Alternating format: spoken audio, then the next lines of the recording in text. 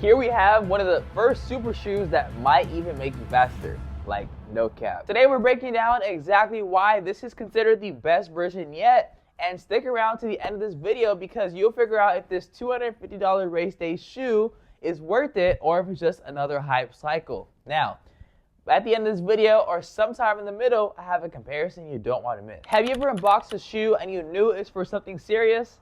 This is one of those cases. In this shoe, from the second I opened the box, the Adios Pro 4 felt like a statement, and that vibrant energy rod system glimmering underneath with that refined Light Strike Pro foam and a design that feels like it belongs in Formula 1, this is not just for your local 5K. Some of the key pointers I did want to point out is that it has a very new outsole geometry and better durability from the previous version, the Pro 3.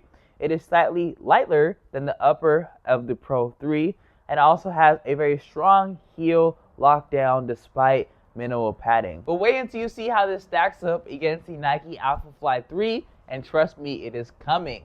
Now, from the various videos I've watched and the research that I've done, people's first tempo runs in these shoes right here have been game changing. I gotta say, the responsiveness is quite wild, and if you want something that's gonna give you that great lift off, this is probably going to be an option you need to consider for sure. 4 of the key points I did want to give you guys and name out for you guys is first, the fact that it has incredible energy return via those energy rods. It also has that Light Strike Pro foam, which is a dual layer that offers both cushion and speed.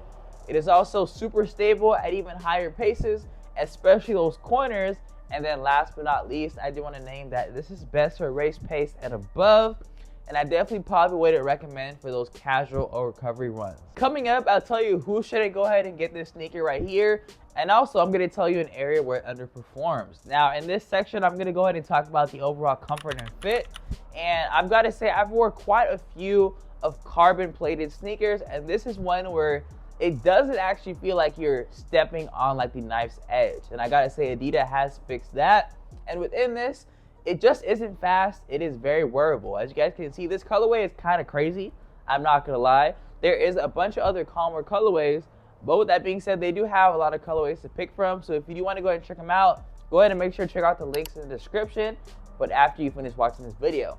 Now, a couple of the things I do want to talk about for the comfort and fit.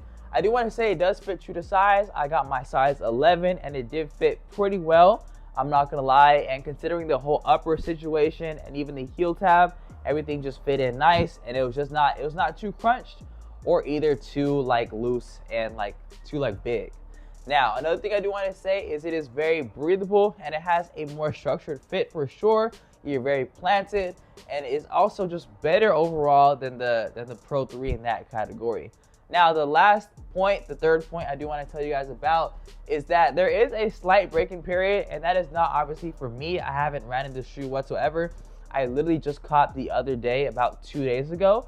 But I do want to say a lot of people have said there is quite a bit or like a slight break-in period when it comes to those energy rods to feel natural. Now, on to the comparison breakdown. The first one I'm going to talk about is the Adios Pro 4. Now, the Adios Pro 4 is best if you want that blend of bounce and stability. The next one I'm going to talk about is the Vaporfly 3, and this one is going to be great if you want like maybe a more cushioned or maybe a forgiving feel, but something that is less responsive. And then the last one I will be talking about is the Alpha Fly 3, which is one that has a very like maxed out tech sneaker, and it's max price, but I gotta say you do compromise on that versatility. If you want some versatility and like some race day elite performance, I definitely would say that the Adios Pro 4 definitely pulls away a bit. But if you want something for a marathon, there definitely is a catch. I'm gonna go ahead and get to that real soon. Now, I do want to go ahead and talk about just the downsides of this shoe and just the overall like who it is for. Now, I definitely would not say this is not for those people that are doing those casual runs. This is definitely maybe for like the tip of the top performance or just for people that take running a little bit more seriously. Now, if you're not trained to handle like the fast transitions and toe off momentum, this just might not be for you. And some of the cons that I would put up is that it will beat up your calves pretty quick if you're not used to that. The price is pretty high. As I was saying in the beginning of the video, it's going for $250. Another con is the fact that it is not great for slow days or recovery runs. And then third but not least, it is very slippery on wet pavement.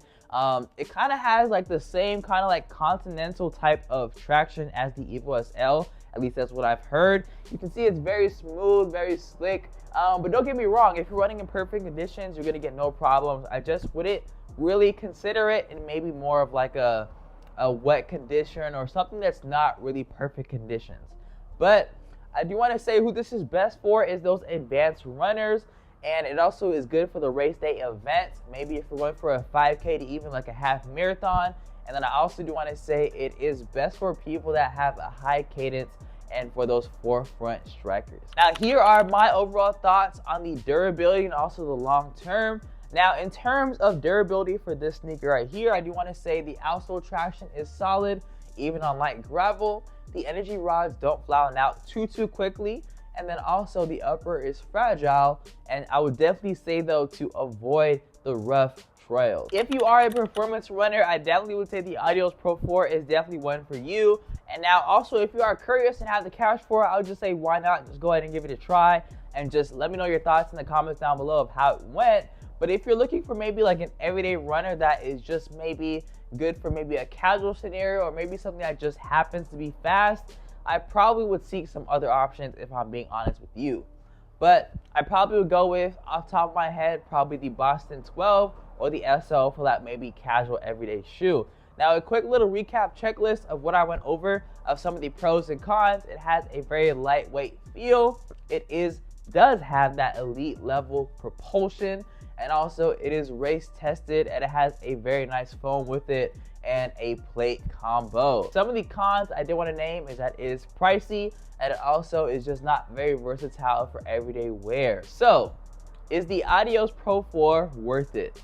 If you're chasing overall speed and just that overall innovation and that underfoot comfort, I definitely would say that this is probably one that just might be one of the best options you come across in 2025.